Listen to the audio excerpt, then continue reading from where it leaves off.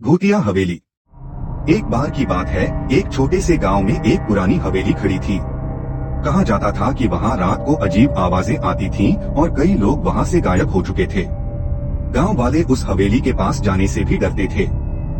एक दिन गांव में एक युवक, जिसका नाम राजू था, ने दोस्तों के साथ मिलकर उस हवेली में जाने का फैसला किया।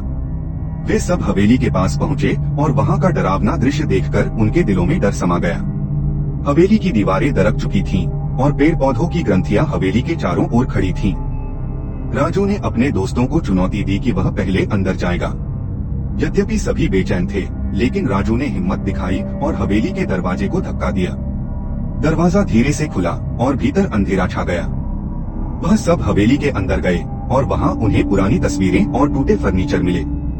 अचानक एक तेज हवा चली और सभी की आंखें बंद हो गईं। जब वे फिर से खोली तो देखा कि उनके चारों ओर धुंध छा गई है।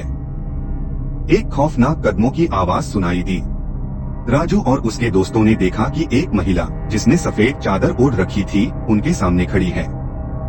उसकी आंखें लाल थीं और उसका चेहरा बेहद डरावना था। वह चुपचाप उनके पास बढ़ने लगी।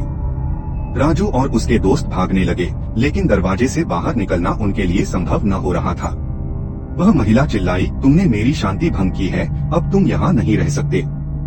सभी ने मिलकर एकत्रित होकर उस महिला से माफी मांगी, लेकिन उसका क्रोध बढ़ता गया। अचानक एक चमकदार रोशनी हुई और वे सभी एक झटके में फिर से हवेली के बाहर आ गए। गांव वाले उसी समय बाहर आए और उनको सच बताया। उन्होंने कहा, यह हवेली सैकड़ों साल पुरानी है। यहाँ एक महिला ने आत्महत्या की थी। उसकी आत्मा अभी भी यहीं भटकती है। तुम लोगों ने बहुत बड़ा खतरा लिया है।